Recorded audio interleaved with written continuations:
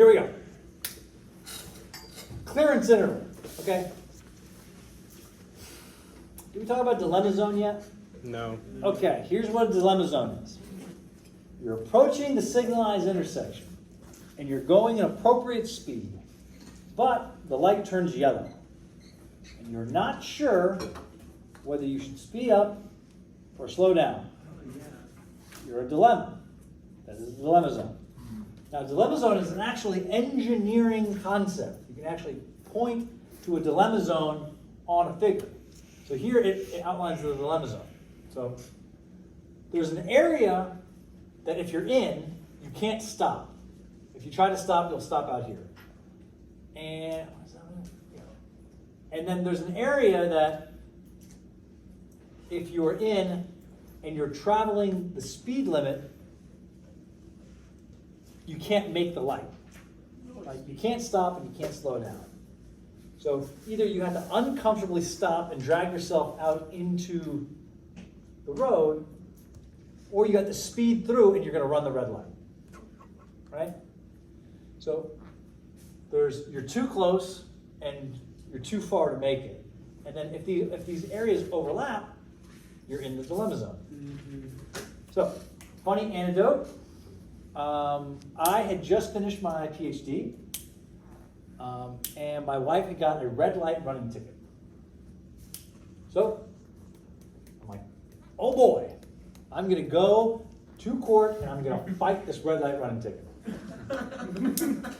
Bright-eyed and bushy-tailed, right? And I go, all right, let's go do this. So we go there. I got my books, I got diagrams where I've drawn that there's a dilemma zone, and here are the calculations for my dilemma zone, and these are the problems with dilemma zones, and this intersection has a dilemma zone, and you can't prove that my wife wasn't in the dilemma zone when the light turned yellow because the camera's not looking at it. I'm set and fired up. Did you win? I get there and I meet the, well, for lack of a better term, the prosecutor or whatever he was. And I'm like, hey, my name's Dr. Scott Parr, and I'm my wife here, but I'm a PhD in traffic engineering. He looks at me and goes, "You holding a textbook?" I'm like, yeah, I got my textbook here. I got my diagrams. There's a big problem with these intersections. Okay, I see. Right? We go up. All right, we'll hear Cindy Parr, whatever, blah blah blah. Prosecutor Senzo goes, no charges.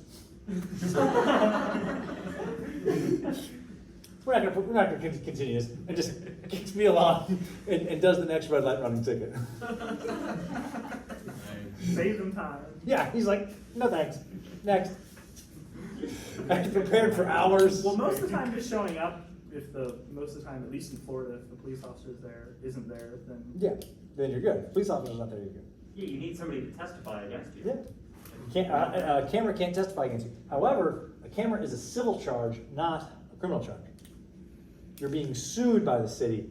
You're not being accused of a crime. You're not being charged by the city. Yeah. Yeah.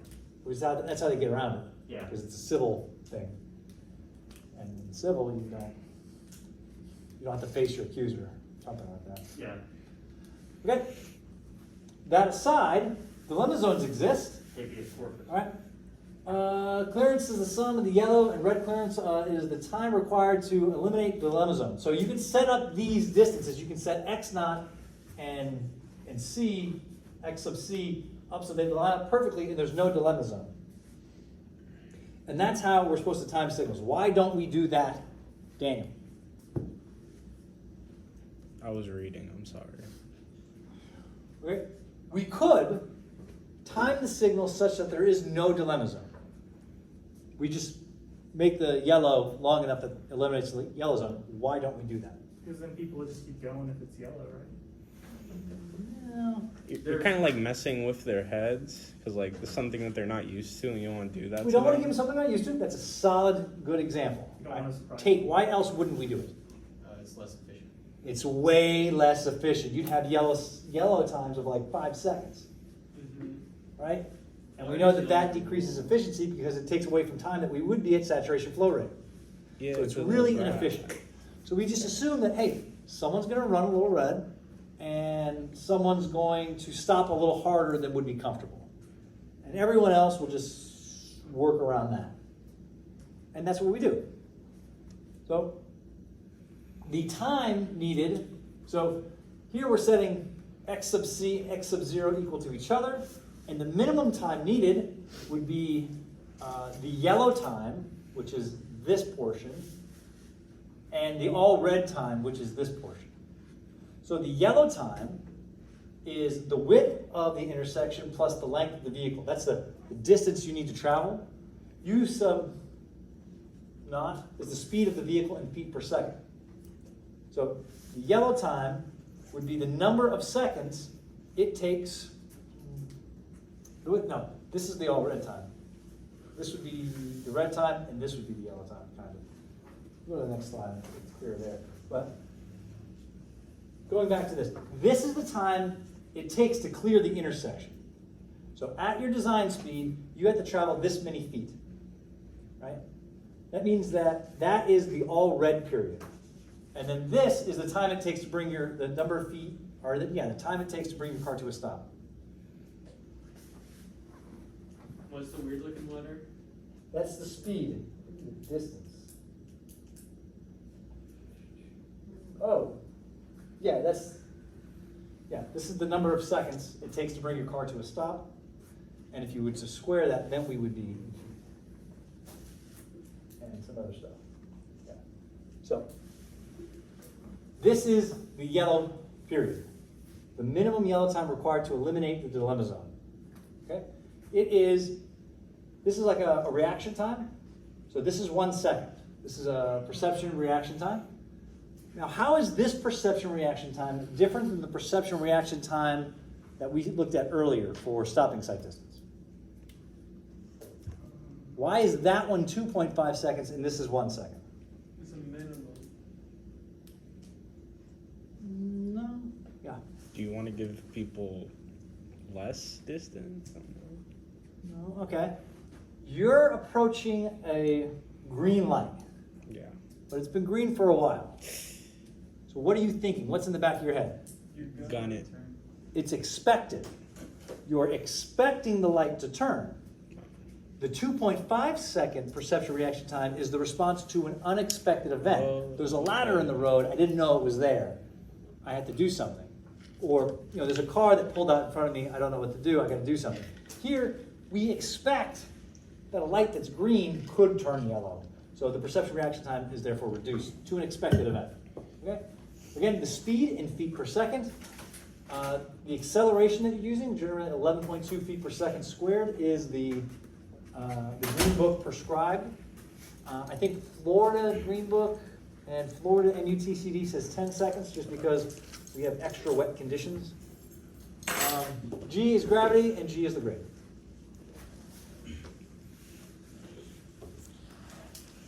Good? The all red period is as long as you enter the intersection before the light turns red, you're good. The all red time is when all the signal faces are red before the transition to the other opposing direction, right? That gives any car that entered at the design speed should be able to clear the intersection during the red interval, okay? Some states don't permit you to enter during the yellow interval, which is ridiculous to me. Not permitted to enter. Yeah. Is that in Florida or? No, that's Louisiana and some other New states. York. They're just ridiculous. What's that? Let me guess, New York, I don't know. California. No, I only know Louisiana doesn't let you do that. It's not, Really? Yeah, it's not in the code. You can't enter during the yellow or something. You're not supposed to. I don't remember. But you can't here, it's totally cool to pull up in the middle of the intersection and turn left. That's unheard of there. After, you pull in, it turns red, and then you turn. Yeah, that's not allowed. People do that here all the time. And then you do that. You think you're breaking the law, and then you look behind you, and the guy behind you is doing it. And then the Those guy are called behind those are called left turn sneakers. They sneak in you. behind. Is there an official word? Yeah, For that? no, not official, but that's we call them sneakers. They sneak in. Yeah. Okay. Width of the intersection, length of the vehicle. So we're clearing the width plus the length of the vehicle at the design speed. You add both of these together, and that's called the clearance the change interval, the change in clearance interval. Okay, so determine the yellow interval of an intersection whose width is 40 feet if the maximum allowable speed on the approach road is 30 miles per hour. Assume the average length of the vehicle is 20 feet. So we said y min equals gamma plus u naught times 2 a GG. That looks good.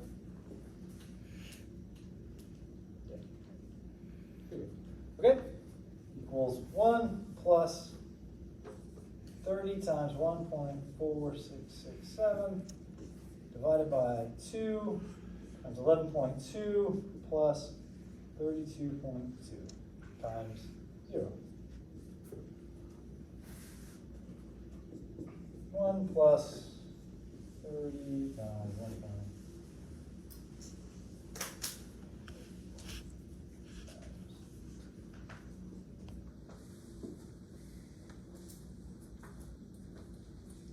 Yes. Real quick, the 1.4667, was that in the problem statement? This is in miles per hour. Okay. This is 5,280 divided by 3,600. Okay.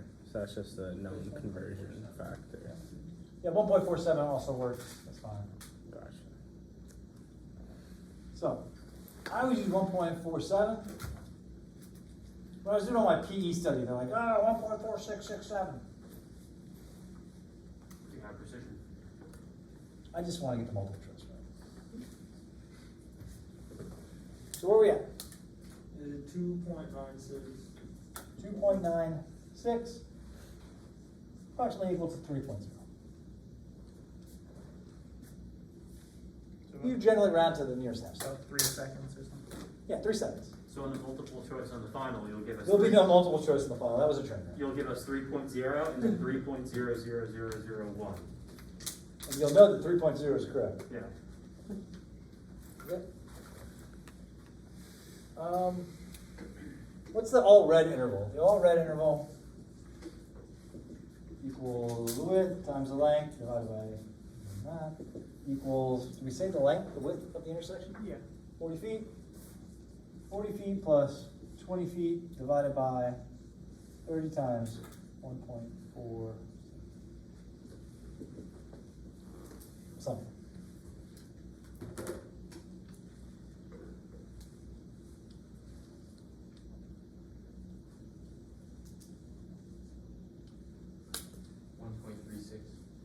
$1.36. 1.36, and we'll round that to 1.5.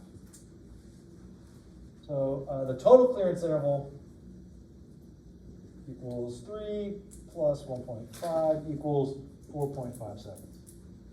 So your yellow time plus your all red time equals 4.5 seconds. Okay. So signal timing for isolated intersections. What is an isolated intersection?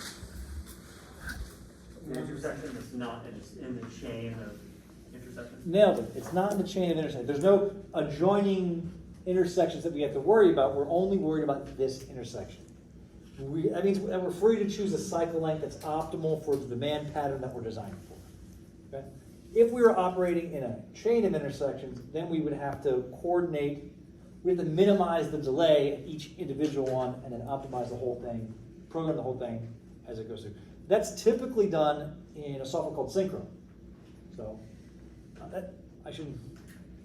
Synchro is a commercial software that is typically used. There are other softwares that do it, but I believe that Synchro is probably the most pervasive, at least regionally, at least in the state of Florida, because I think that's what FDOT likes. So all the consultants use it. If you go to Wyoming or Oregon or New York or whatever, they may have different things. But we may or may not have a Synchro license. I'm not exactly sure. If not, they'll give you a free student one that lets you do some stuff. But isolated intersection. Isolated intersection is not a part of a coordinated corridor. All right, typical lengths are between 35 and 120 seconds. Cycle length is fixed. It repeats. Right? The two primary methods are calculated are the Webster method and the highway capacity manual method. We are going to look at the Webster method. although the results are very similar. Okay.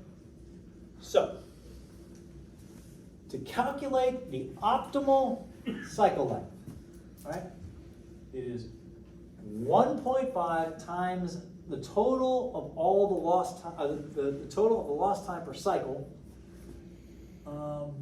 and then 1 minus the maximum value of the ratios of the approach flows to the saturation flow rate for all approaches. Yeah, we're gonna break that down. We're gonna break all of that down. But effectively, what is the lost time? The green time where saturation flow isn't reached. Yes, it is any time of the phase that you're not at saturation flow rate. So there's a startup lost time while all the cars are taking off, and then there's a clearance lost time when it's yellow and all red and the cars are stopped. Right? Every phase has a little bit of lost time to it, right? So when you add up all of those lost times for all of the phases, you get the total lost time, right? The total lost time per cycle, right? All right. The approach flows to the ratio of the approach flows to the saturation flow rate. Now, we talk about saturation flow rate, right? It is the most that you can push through in an optimum situation, right? So, say it's 1,200 vehicles per hour. That would be a saturation flow rate. So most cars we could push through with the current design in the best conditions. Well, if that approach has, say, 400 cars on it, and the most you can push through is 1,200, that's kind of like your volume to capacity, right? It's a ratio. It's like, how close to capacity are we getting? How much are we trying to push this intersection, right? Closer to 1, the better, right? So that goes into how long the cycle needs to be, right? If I have a really efficient cycle, right, that means my flow rate is very close to my saturation flow rate. Well, no, that would be harder to do, right? If I didn't have a whole lot of cars, but I had a whole lot of saturation, I had a whole lot of capacity, I could have a shorter cycle, right? Because I'm just servicing a few cars and I'm not getting anywhere near capacity of the intersection. So I could have a really short cycle and be fine. Whereas if I have a bunch of cars, then I could have a longer cycle. Okay. So, lost time. Lost time per phase, each phase. The lost time is equal to the actual green time, the time that the light is green, plus the yellow interval, so plus the time that the light is yellow, minus the effective green time. What is that saying? We have the effective green time, which is the time we're at saturation flow rate. And then we have all of this other garbage kind of green time and yellow time. All the other garbage green time and yellow time, that's the lost time. So we just take the actual green time plus the yellow time for that phase, and we subtract out the good part. And that is it for one phase.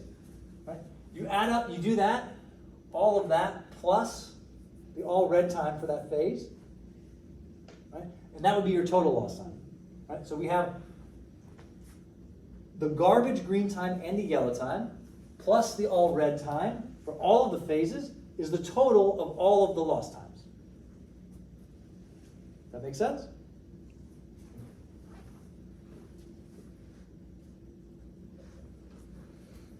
Okay. The total effective green, right? That is the total of all of the effectiveness is equal to the cycle minus the total of all the garbage time, total lost time, right? So we have a cycle, and we subtract out all of the garbage, and we're left with only the best part of the cycle that we're moving the cars efficiently, right? And that is equal to the cycle length minus the summation of all of the phases and all the run times. Everyone following this? I know we're like writing equations, but conceptually. Because we're going to break this down into a procedure with steps and checks and all of this fun stuff at the table, I just want to make sure that we're all conceptually on the same page. I'm getting a lot of nods, mostly. Okay? So, the total, the green effective time for an individual phase. So this is the total effective time for all phases. The effective time for a single phase is the total effective time, the ratio of the flow rate divided by the saturation flow rate. So how effective, what's the demand, the volume to capacity for this single approach, divided by, this is like how important the approach is. If I have an approach that has a lot of cars on it and a very low saturation flow rate, so it's very congested, that approach is more important than another approach, right? I need to spend more of my effective green time on that approach because it needs more help. Make sense? That's not necessarily a function of the number of cars as much as it is a function of the number of cars divided by how many cars it can handle. Yeah? So if I have an approach that has 500 cars on it and a saturation flow rate of 1,500 vehicles per hour, or an approach with 250 cars on it and a saturation flow rate of 500, right? I'm going to need that 250 cars is going to take longer to dissipate because its capacity is low. Does that make sense? Kind of. So what I'm doing here is I'm just saying, look, here's how important my approach is, and here's the summation of the importantness of all of my approaches. So this is the proportion of time, the proportion of the total green effective time that must be assigned to the effective green time for this phase. All we're doing is we're trying to rank how important phases are, right? So we only have so much of this effective green time. We have a pie that is effective green time. Maybe it's 30 seconds. Now, I'm trying to allocate that pie based off the need of the opposing approaches. Does that make sense? That need is measured by taking how many cars I have and dividing it by how many cars I can handle. Right? So it takes out, it accounts for not just the demand, not just the number of cars, but also how many cars each phase can handle. Conceptually, we're still good. We have a pie, and we need to distribute that pie, so we're using a percentage to do it. Okay? After there, we've worked our way backwards. So the effective green time plus the lost time minus the yellow time is the actual time. The time that the phase is on for. Okay? That is how long the light bulb is on for. That's what we're trying to figure out. Okay? Here's some pedestrian times. I think we'll come back to here, but I do want to bring it up. Okay? So those are your green times, and they must be this long for operations.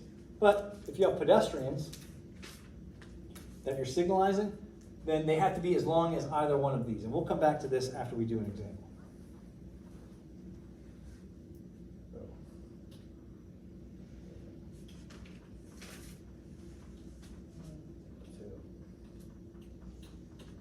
Okay.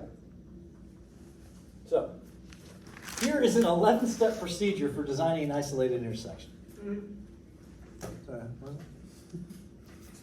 okay.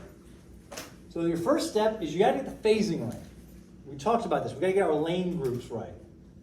So I said for our class, we're either going to have a 2-phase, a 3-phase, or a 4-phase, right? And that's based off the turning conflicts. How many of our left turns need to be protected? Now, I'll say this again. The phasing, the lane grouping, and the phasing is dependent on a larger number of things than just this. And there are a larger variety of different things that we can do with our phasing. But that would take that takes time to learn. You learn that, and you want to make it consistent with the other intersections, a whole bunch of other things. So for our purposes right now, there are 4 phases that we can choose from. Right? So we're going to determine which turns need to be protected and which can be left permissive. Right? Then we're going to design the lane groups with the minimum number of signal phases based on step 1. So if we need to protect the left turns, then we're going to design the phasing such that we have protected turns. That's what this one is. Okay? Then we're determined the design hourly volume for each movement. Okay? That means that you take the traffic volume and you divide it by the peak hour factor, and that gives you the design hourly volume. Right? That's the one, that's the 15-minute, peak 15-minute period that we're designing for. Okay? Then you calculate the YI max for each phase. You take the design hourly volume for each movement, and you divide that by the saturation flow rate for each movement. And then you select the maximum one within that phase. So if I have cars going this way and I have cars going this way, and that's my phase movement, I'm going to calculate the flow rate divided by the saturation flow rate for this one, and the flow rate and the saturation flow rate for this one, and I'm going to select the one that is the larger of the two, the maximum, right? Because by serving the maximum, I automatically account for the minimum, right? So I select that one for that phase. That's the one that controls, okay? Then they're going to calculate the total intersection loss time, right? So there's a loss time per phase and an all red time that we have to calculate for, okay? Then I'm going to calculate the optimum cycle length, right? That is that equation that I showed you first, because we know the YI max and we know the loss time. Right? We're going to round that to get the actual cycle length. So that value is rounded to the nearest 5 seconds, up or down to the nearest 5 seconds. Right? Then we're going to calculate the total effective green time. Then we're going to calculate the effective green time for each phase. So then we're going to calculate the actual green time for each phase. And then we have to round these, but we have to stay consistent with the cycle length. Sound good? Then you have to check the minimum green times and meet the serving of pedestrian movements. Straightforward. It's easier when it's on a table. And we'll go through a procedure on a table, but that's our procedure. Sound good? I like it. I like the attitude. Yes. We can do it.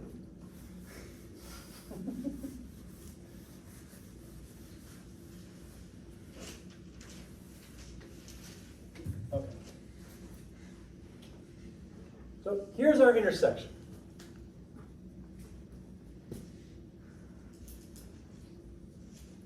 It's good. We got a 4-lane intersecting a 4-lane. We got a right turn pocket, or a left turn pocket, left turn pocket, left turn pocket, one single left turn pockets. Yeah. Okay. Peak hour volumes of an intersection geometry are given in the figure. Right, the yellow interval is 2 seconds, the all red interval is 1 second, the peak hour factor is 0.95. SJ is the saturation flow rate for the through movements. All the movements going through is 3,700 vehicles per hour. SJ for the left turn movements is 1615. That is for all the turn movements. Assume the lost time per cycle is 2.33 seconds. Find the signal timer. Everyone excited? What's the first thing we're doing?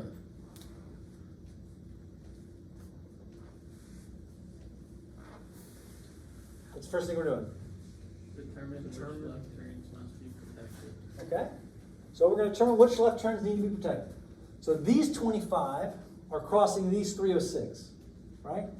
And these 352 are crossing these 184.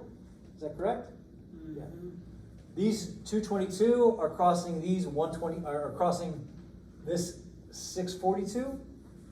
And this 128 is crossing this 928. All right, and then we compare those values against the table. So let's do this one and this one is 25 times 306. Okay. And what are we comparing that against?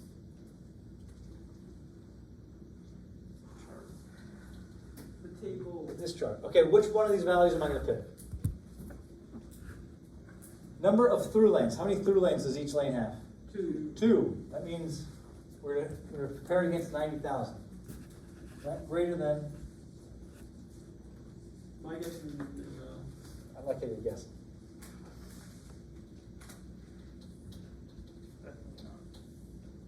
Okay. Then we'll do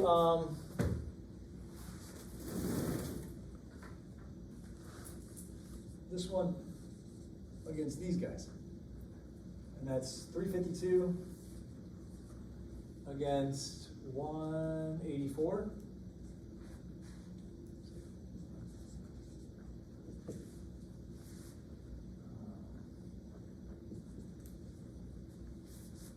What we got? 63,000. 63K is not greater than 90K. Okay, so we don't have to protect those. All right? Now we're going to do these guys versus these guys. It's a terrible one. 222 times 642. Oh, yeah. What is it? 142,000. 142K is greater than 90K. Protect. So this guy gets protected. Okay.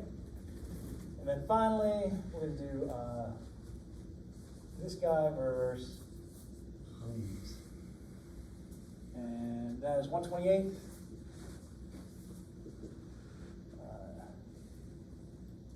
928, is that what it is?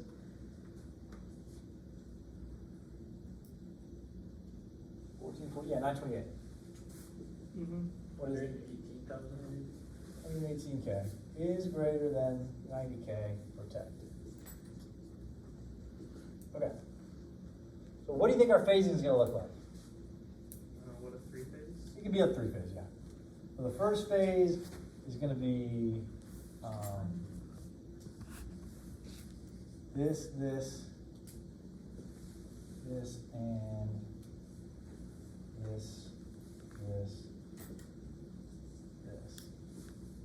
And then phase 2 is going to be this, and 3 is going to be this, and this. Yeah? So these guys with a permissive, because it's dotted, it's permissive, with these guys, and they're permissive. And then the protected left turns, yeah? And then the through movement. Yes? Could you explain how you knew it was going to be a 3-phase? Because I only had to protect this one and this one, and I can make these go together. That's why I did these two over here and these two over here, because these two lefts can go together and these two lefts can go together. How do you know which lefts can go together? Ah, wise man. Okay.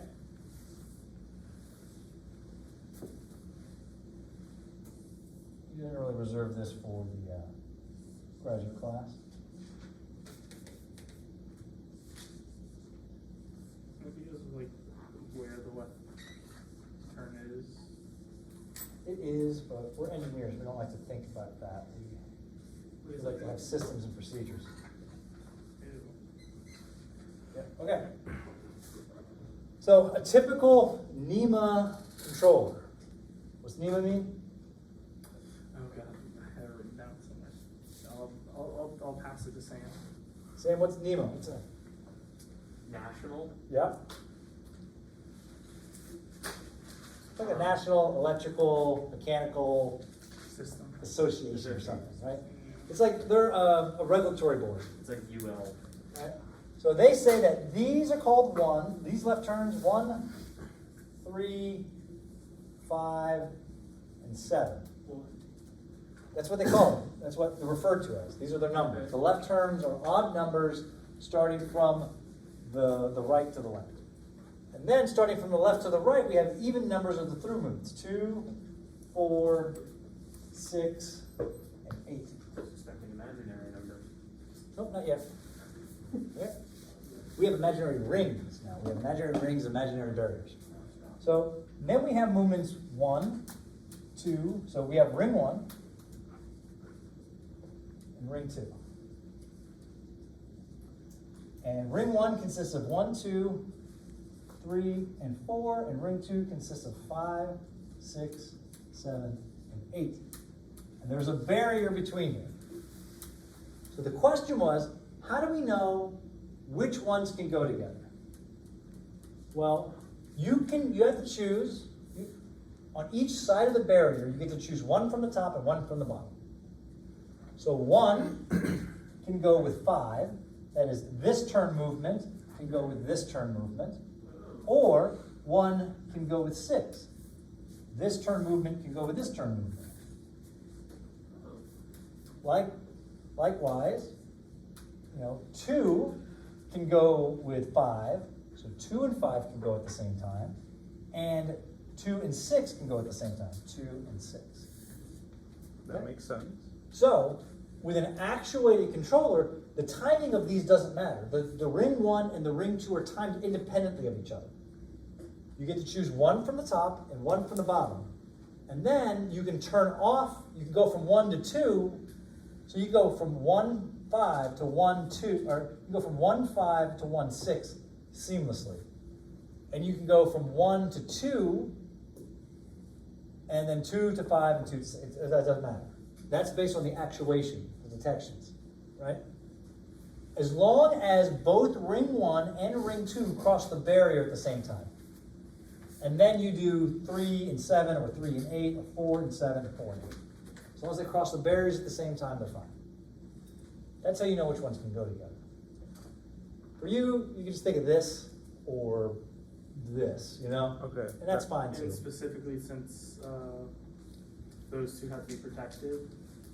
Those two have to be protected, so they have, protected means they have to go at their own phase. And if you only had to protect one of them, you could play around with it. We're not going to only protect one. If we're protecting one, we're going to protect the other one. However, in reality, you probably wouldn't do that. You would probably do something else that was more clever, but that'll come with time. But this is how you know. And this is how we will actuate signals, and we'll do that in a graphic. Okay? So this is our phasing. All right. So what I'm going to do now is I'm going to make a table. And that table says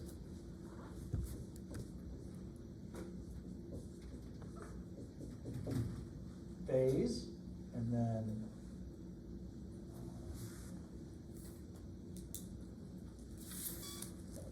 that's it. Let's just go with this. Phase 1, phase 2, phase 3. Okay, draw that and that. Okay, and we'll draw this. Then, phase 1 has a movement. What is phase 1? Okay. Phase 1 will be phase 1.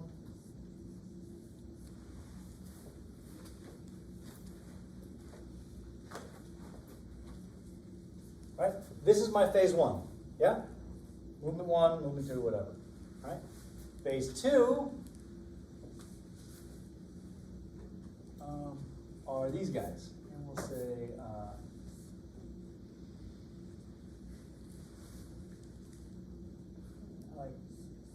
like this, and this. Right? And then phase 3 are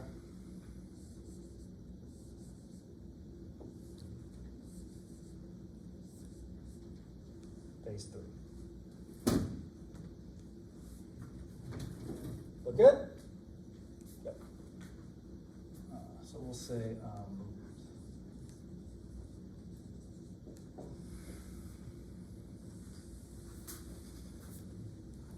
okay? And now we'll say volume. That is capital V for each one of these. Okay? So what is the volume here? We said it was 184. And what is the volume here? We said it was 306. And what is the volume here? You said it was 222. What is the volume here? You said it was 128. What is the volume here? You said it was 928. And what is the volume here? 642. Everyone see how we got this? Okay?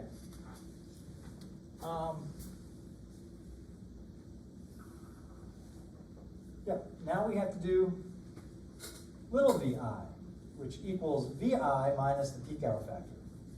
Metaphor. Yeah. So it's like in the first bit, or if we're not protecting internally, we just want to add those in there. Yeah, you just put them as dotted. One on top of the volume. No, right? Because we're not protecting this. We're not concerned about them. Okay. Yeah, they're just going to go where the other guys go. Yeah.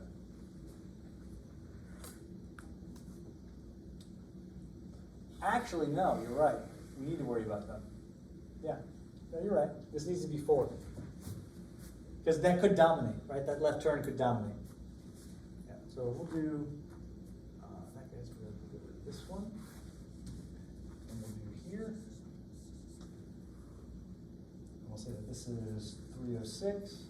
And then we'll do here and then here, right? And then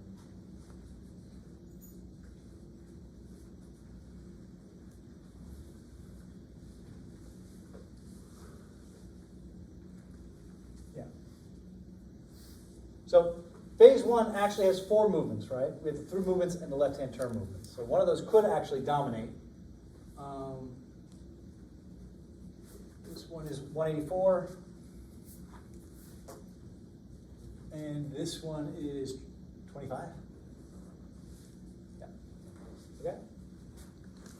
So these are the peak hours. These are the peak hour cars. We need to get to the design hourly flow rate, right? So peak hour factor equals peak hour volume divided by the design hourly flow rate, right? Which is actually equal to 4 times the 15-minute flow rate max, whatever, doesn't matter. So design hourly flow rate equals little vi equals big VI divided by the peak hour factor. And for us, that's 0.95. So we have to divide each one of these by 0.95.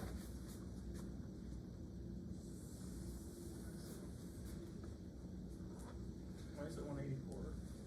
Why is this 184? It shouldn't be. It should be 3. 352. That one's only, No. 352 is the left hand. 184 is coming down. 352 is the left-hand turn. Yeah. Yeah. Just a lot of numbers being flung around. It is. That's why we gotta have a table. An Excel too.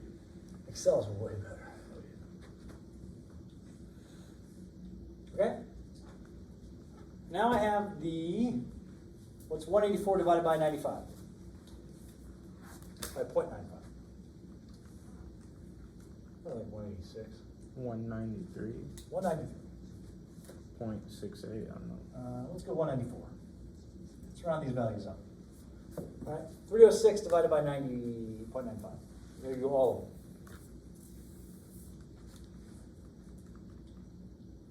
.322.1 turns into 323 or no? Yeah, we'll go 323. That's fine.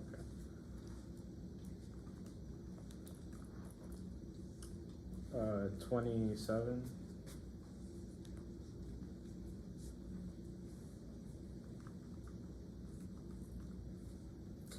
371.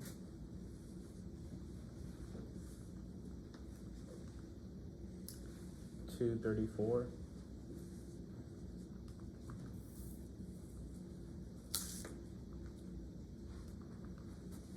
$135.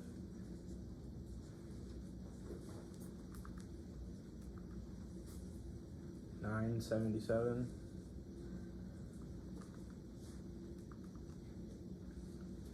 $276. Or $676.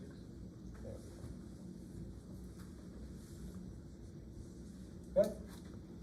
Yes. What row is that? What value? Oh, that is little vi. It's the one above his big V. Yeah, big V and little v. I think maybe in the equation I call it Q. Yeah, here I call it Q and SJ. Big V and little v. Okay? Does everyone know how we got to here, here, and here? Yeah? Okay. Does everyone know how we got from here to here, these four, here, and here? Right? Because all of these movements, there's four movements that are occurring in phase one, and we have to check all of them to see which one's most important. So one of these movements is going to require more time than the others. Why did we separate the two turn lanes?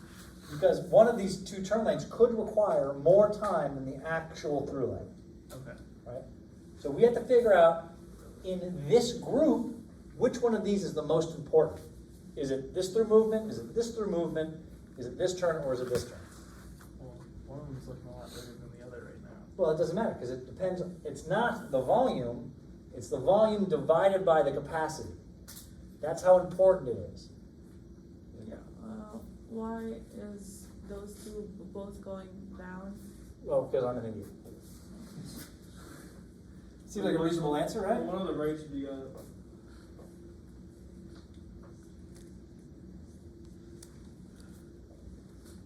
Yes. So you always have to separate them if they're together, like movements? Yeah, you should always separate. However, in reality, if one of these actually dominated, we might actually just go back and think about Making it protected. Right? But this is an introduction, so we'll just do all of them and design it. You're not going to be wrong if you do that way. But in reality, there's a procedure and a way to do things, but not every intersection is the same. And you really have to take into consideration what's going on around that signal to do this. Okay? So we're all good at how we got these four, how we got these two, and how we got these two. Are we all good with how we got these values? Yeah, it's just taken from the diagram, right? And these values are the design hour. This is the volume that we're designing for, right? So it's the volume divided by the peak hour factor. Okay? So now we're going to do little vi. We're going to do yi. Yi, which equals little vi divided by sj. No, we're not going to do that. Sorry, we're going to do sj first. Just sj. Okay? Sj is the saturation flow rate. That's the time, the best we can possibly hope for as far as flow rates go. It's like our capacity. Okay? And Sj for the through movements is described as 3,700 vehicles per hour. And Sj for the left turns is 1615. So, therefore, this would be 37. This would be 37. This would be 1615. This would be 1615. This would be 37. Oh. This would be 1615. 1615. 37. 37. Okay.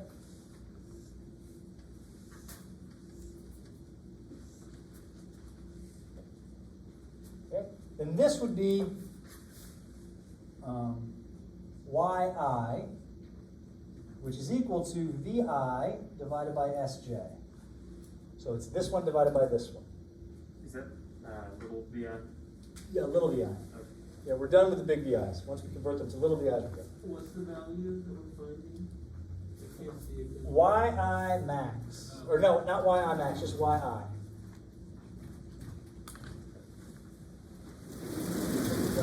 That guy for now, so I can move this up. Better? Morgan, can you see any of this? Yeah, I can see it. The only problem is that last column to the far left. But I've been able to keep up with everything for the most part. Better? Yes, much better. Okay. Okay, so this is our YIs.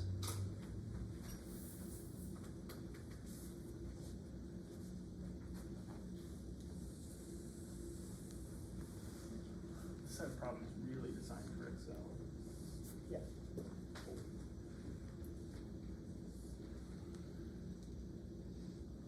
Okay. So 194 divided by 3,700. 3 decimal places, please make. 0.052. What is it? 0.052. All right, then 323 divided by 3,700.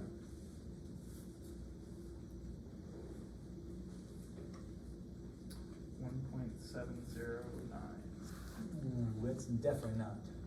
0.087. Oh no, sorry, I put in too big of a number. My 0.0 bad. what? 87. 0.087. Wrong. 27 divided by 1615. 0.017. 0.017. And 371 divided by 1615. 0.22. 0.23. 0.230. 0.23. Okay? So, 234 divided by 1615. 0.145. 2.145. And 135 divided by 1560.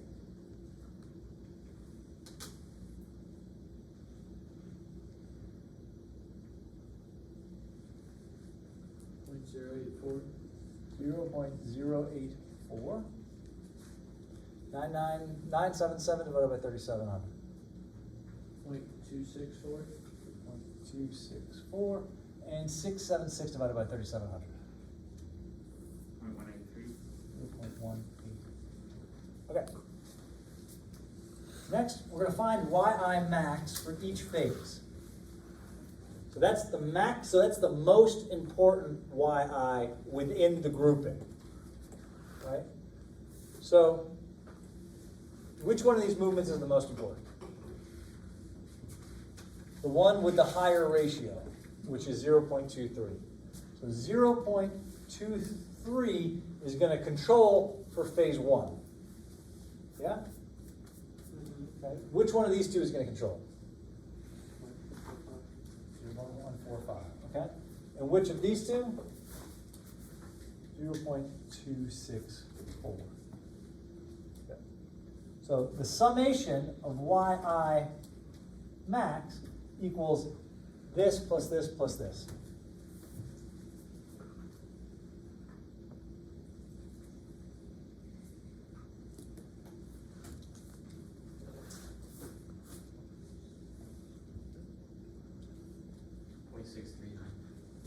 $0.639. 0.639. Okay. I'm gonna wear my NEMA controller.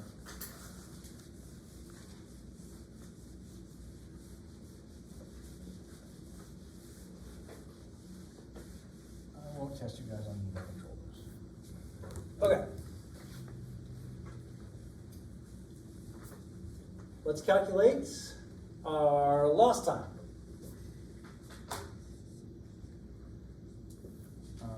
YI equals 2.33 plus, I guess I should not do that.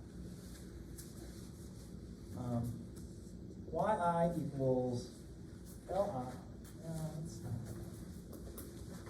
Running out of letters here.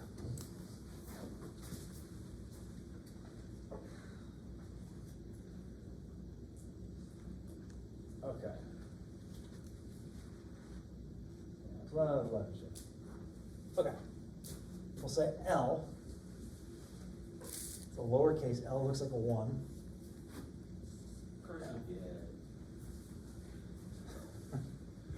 Equals the summation of Li plus Ri. I equals 1 to I or whatever. That is to say that from the problem,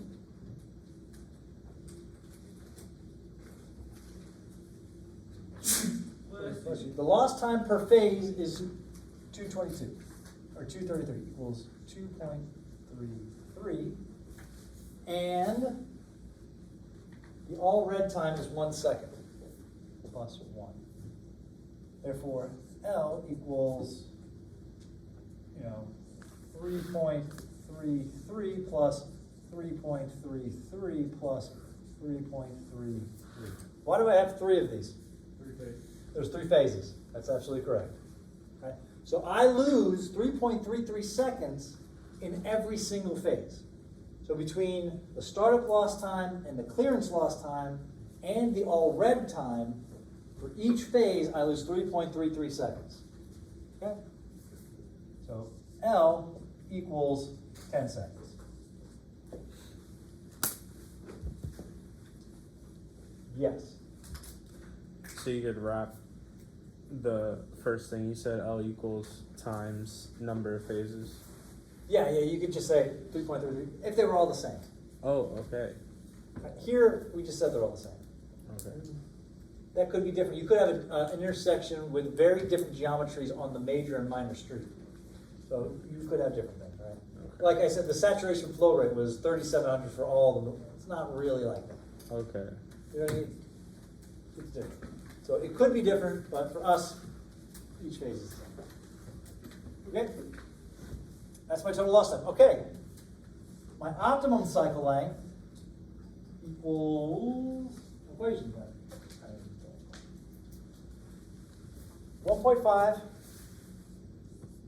L plus 5 over 1 minus the summation of yi max. All right, this equals 1.5 times 10 plus 5 divided by 1 minus 0.639.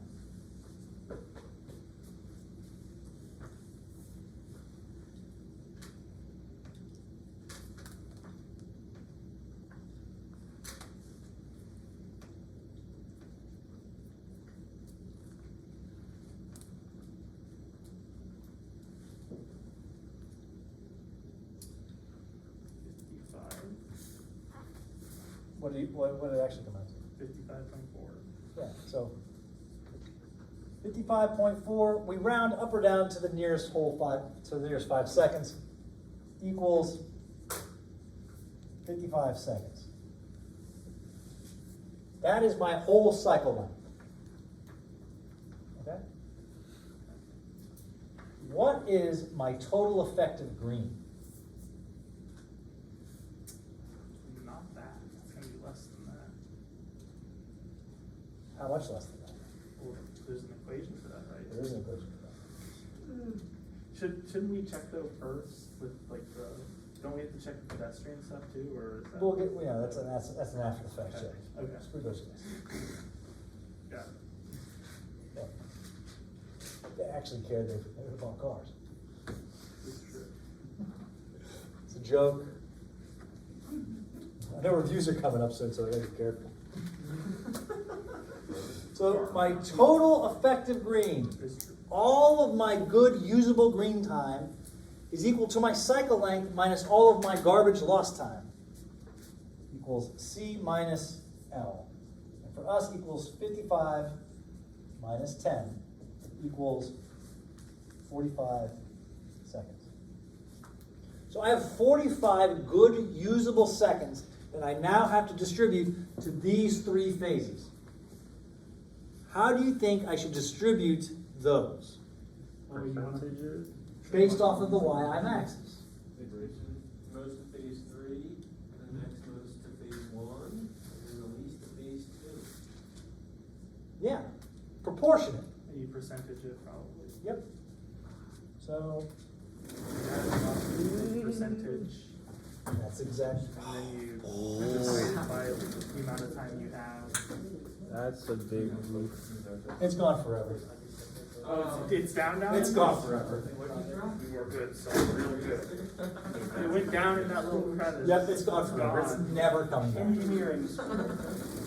Well, I have an umbrella, you Never may be able to coming get it. Actually, don't talk to the umbrella down there, never mind. That's hazard pay. But yeah, you. But that's not the first one I've dropped down there this semester, and the other one's not there. So someone's got to be able to, like, the janitor's got to have like a little cloth. He's running a business. He's selling you used. A black It's a market. racket, man. Okay. So I will call this one green effective. 45. It's not another table, it's a continuation of this one.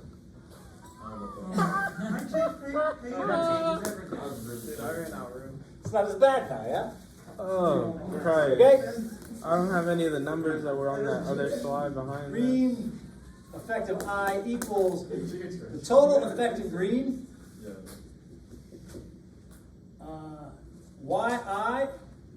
divided by the summation of yi max.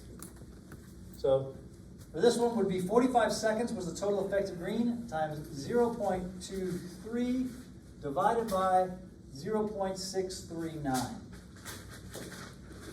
And this one would be 45 seconds times 0.14145 by 0.639. And this one would be 45 seconds times 0.264 divided by 0.639. It's the same table. Just keep going. I'm glad the way it worked out. Other than the eraser.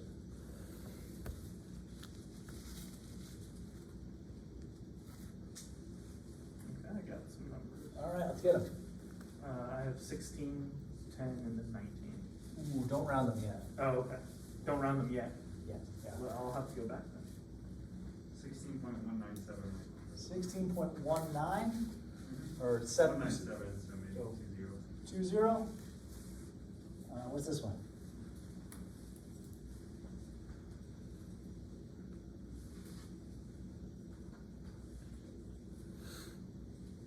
I'll have 10.21 10.21, and then 18.59.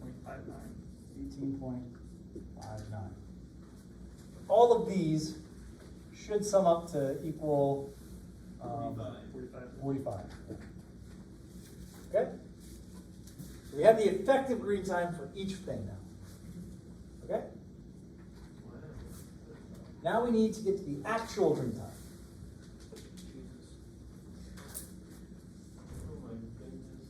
Actual. This should be, gonna be like one exam.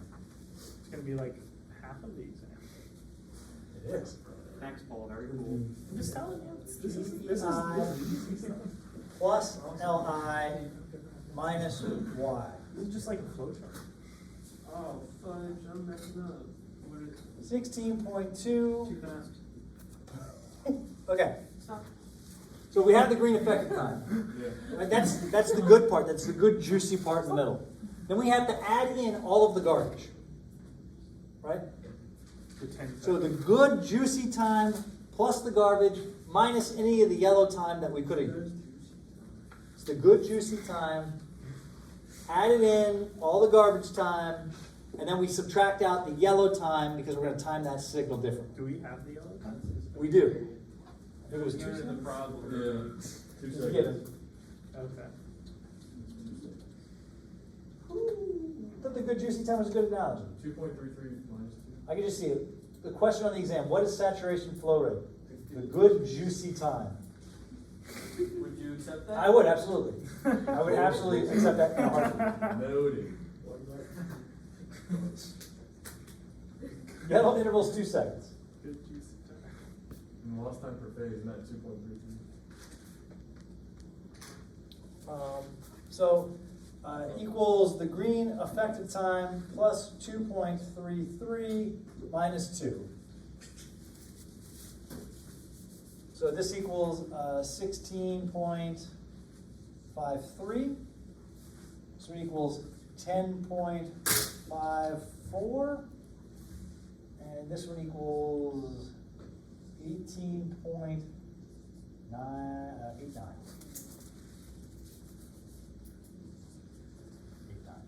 Okay? That make sense? Yeah. Now we have to round this in such a way that the summation of these, well, we'll do this. This, this. Oh my god. We gotta round this so that we have the right signal time. So, I know. 16.53 plus, well, I would just say, how about this?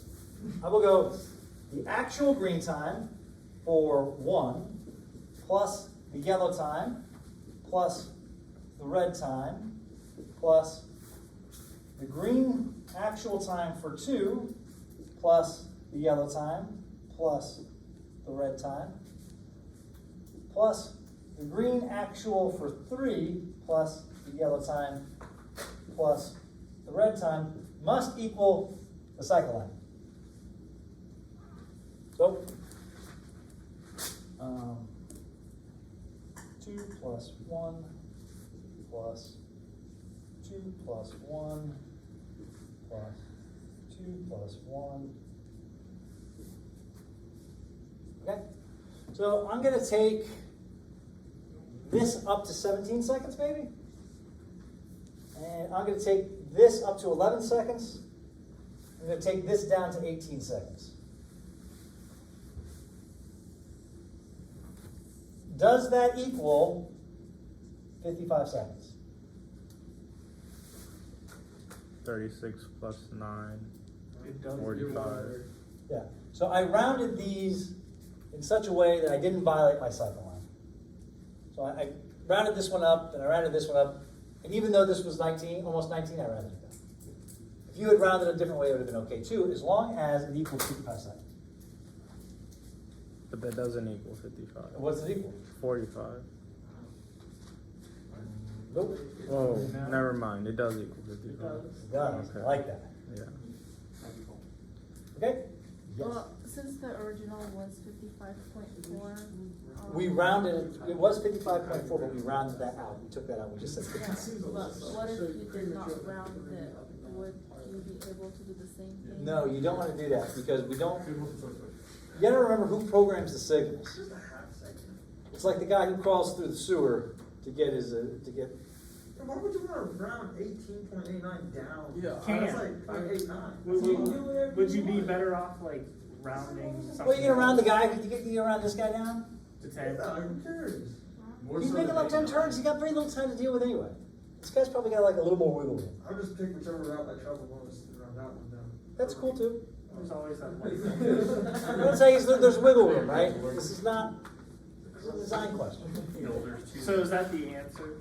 That is the answer. That is the Is answer. we have 17, 11, and 18 Yeah. respectively? Yes. So we get the answer at the beginning, but then this is just to check our answer. Well, no. 55 was not the answer. The actual green times are the answer. What? Oh. The 17 for these. So this phase is going to be green for 17 seconds, then yellow for 2 seconds, then red for 1 second. Then this phase 2 is going to be green for 11 seconds, yellow for 2 seconds, red for 1 second. Then this phase is going to be green for 18 seconds, yellow for 2 seconds, red for 1 second. How's it going? You have time? We're done? Really ran out of time? That was a lot more enjoyable than I thought it was gonna be. Like when you first like showed us it, I was like, man, this is gonna suck. But I'm just like, this is literally like